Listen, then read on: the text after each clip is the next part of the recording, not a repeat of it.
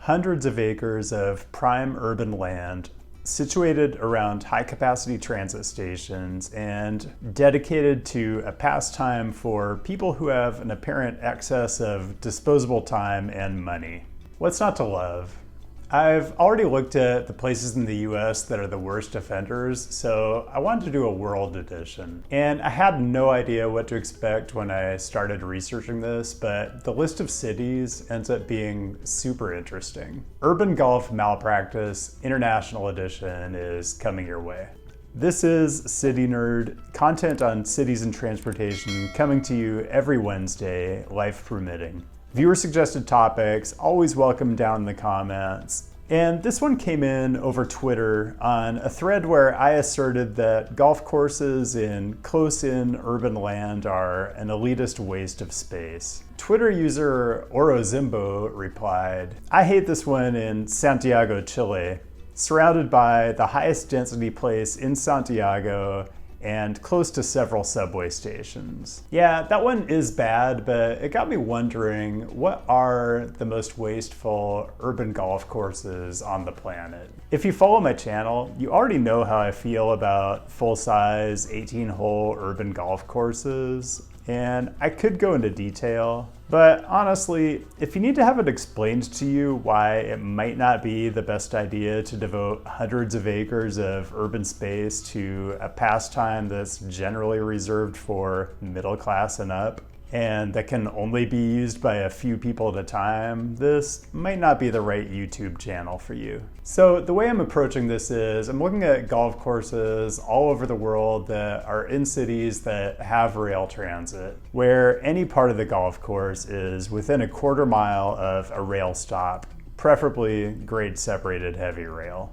Pretty simple, except for when I got to the end of the research, I realized I was probably only going to be talking about 3 or 4 cities, which is sort of interesting in itself, but doesn't necessarily make for a compelling top 10 list. So instead of doing this by golf course, I'm doing it by city. And nearly every city on this list has multiple golf courses that are just in the most wasteful locations imaginable. As always, these international lists are a lot harder to research and more error prone. So feel free to let me know down in the comments if you know of a golf course that you think was worth a mention. Okay, I'm into the whole brevity thing today, so let's just get into it. Number 10 is Mexico City. This is entirely based on one course, the Mexico City Country Club, which is walking distance to 2 different stops on the Line 2 subway, including Tasqueña, which also serves a tram line to the south and was an important transfer point in my Mexican high-speed rail video. So the transit access is fantastic, it's just wasted. So one question I get on this is, sure, if it's a publicly owned and operated golf course, that's bad. But if it's a privately run country club, isn't this just the invisible hand of the free market making efficient decisions about land allocation? Which I'm just not gonna even dignify that with an answer. Number 9 is Adelaide. Man, I get a lot of comments asking me to spend more time covering Australian cities. Well, today's video is a case of be careful what you wish for. There are a couple bad ones here, but let's look at the Royal Adelaide Golf Club. This beauty has rail running right through the middle of it. The Grange line, which doesn't stop in the middle of the golf course, unfortunately, but does have stops on either end.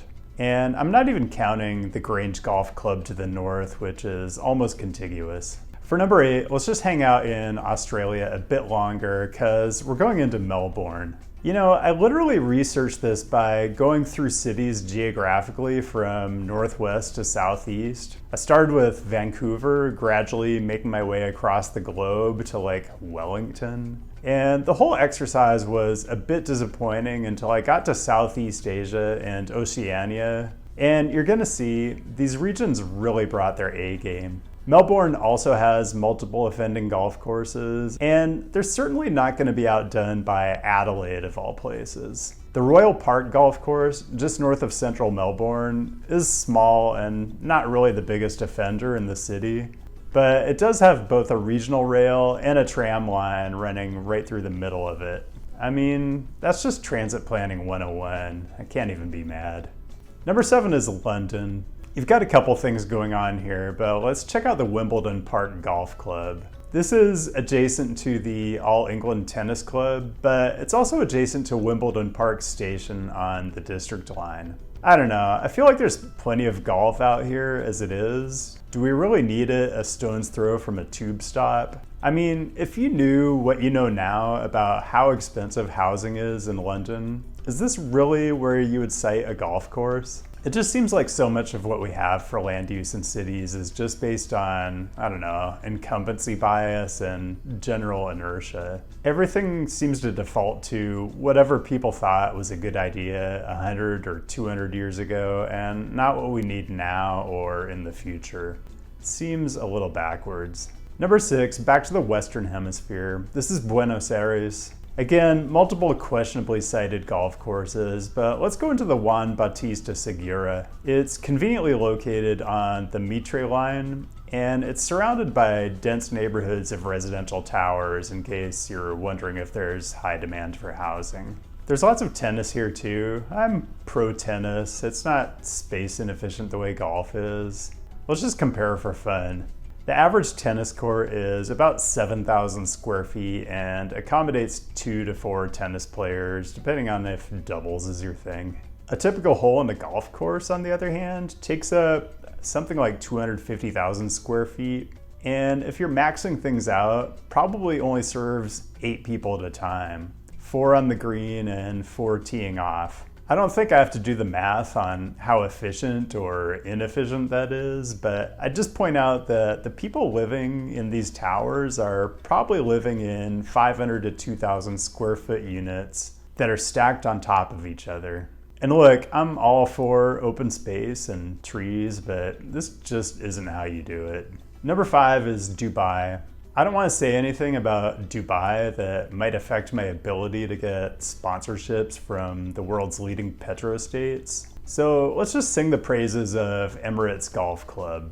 Conveniently situated at the entrance to the Al Khail metro station on the Red Line with its 2 to 3 minute headways, Emirates is just massive with all the green grass and water features you'd expect from the Arabian Peninsula. Also, the only golf course I ran across that actually has a Top Golf inside the golf course itself. Just your daily reminder that the singularity is rapidly approaching. There's no 3D imagery for Dubai, but the street views show the type of housing density you normally get in the general vicinity. So let's thank the master planners of Dubai who, in their infinite wisdom, set aside about 400 acres of prime transit-oriented real estate for the exclusive use of people who have the time and disposable income to whack a dimpled ball around for 5 hours or so. Number 4, guess what, Australia? We're back. It's Brisbane, which has 4 different objectionable courses, but let's go into the Brisbane Golf Club, which is situated along a transit corridor that appears to have a lot of service. And I'm absolutely going to butcher these indigenous names, but you've got Yirrongpilly on the north side and Muruka on the south side. If Google Maps is right, you've got multiple trains running north into central Brisbane and running south all the way to Gold Coast, which is probably an even weirder metro area than Brisbane. Number 3 is another place that, for reasons of pure self-interest, I really only want to say nice things about. This is Shenzhen, China, and I realize there are alternative sites I can use to get higher quality imagery and actual transit information, but I'm a Google loyalist. It is interesting that Shenzhen is the only city in this particular country that has so many golf courses sited on prime, transit-dense urban land. I suspect it has something to do with the city's designation as a special economic zone and as sort of a global tech capital, but let me know if you have insight. There's a lot we can look at here, but let's dive into these 2 contiguous courses, the Sand River Golf Club and the Noble Merchant Golf Club. Metro Lines 1 and 2 run right under the courses, and they're surrounded by high-rise housing. This has to be one of the most economically productive cities in the world though, so who am I to question it? Before we get to the two most atrocious cities, I am going to break from the standard ridicule and talk about a couple cities that handle golf at least somewhat appropriately. First though, quick pause while I grovel for likes and subscribers, so go ahead and click on a screen element if that's not putting you out too much. It does help the channel. The other thing that helps the channel is direct support. So consider joining the Patreon. I do try to provide value in return with conversations and content. Sub count check, and I had a lot of new subscribers this week, so there were a lot of good choices. But I gotta go to Eugene, home of the Ducks of the University of Oregon, and Autzen Stadium where it never rains, purportedly. Autzen isn't super urbanist, but it does have good ped access to campus and downtown. Eugene actually has 5 ped bike only bridges over the Willamette. So here's a research project for you all. Find me a city that can beat that. The honorable mention here, I think, is generally European cities. They're transit rich, but have the good sense to either not have golf close into the city, like Paris, or if they do, it's in sort of a golf dense zone, like in a particular section of Northwest Madrid where they elected not to spend billions on transit infrastructure that serves country clubs. The other thing I would point out is the cities that have done the hard work of decommissioning golf courses, or at least parts of them, to make space for more urgently needed land uses. This one isn't exactly transit oriented, but it is in an important urban center in the Puget Sound region.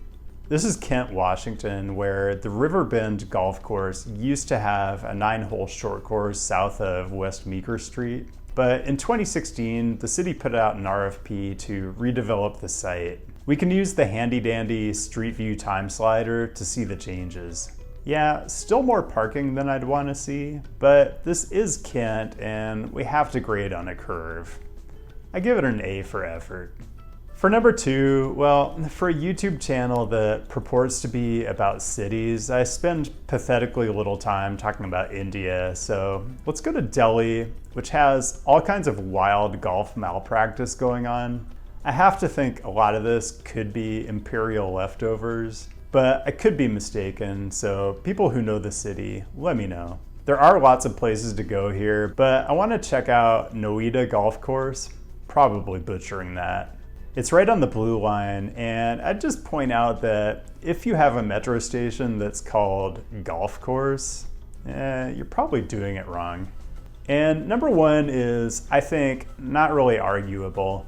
It's Kuala Lumpur, Malaysia. Again, I suspect British influence. I mean, one of the offending golf courses is called the Glenmarie Golf and Country Club, which is directly south of the Saujana Country Club, and both are sandwiched between the Sky Park rail line and the Kelana Jaya rail line.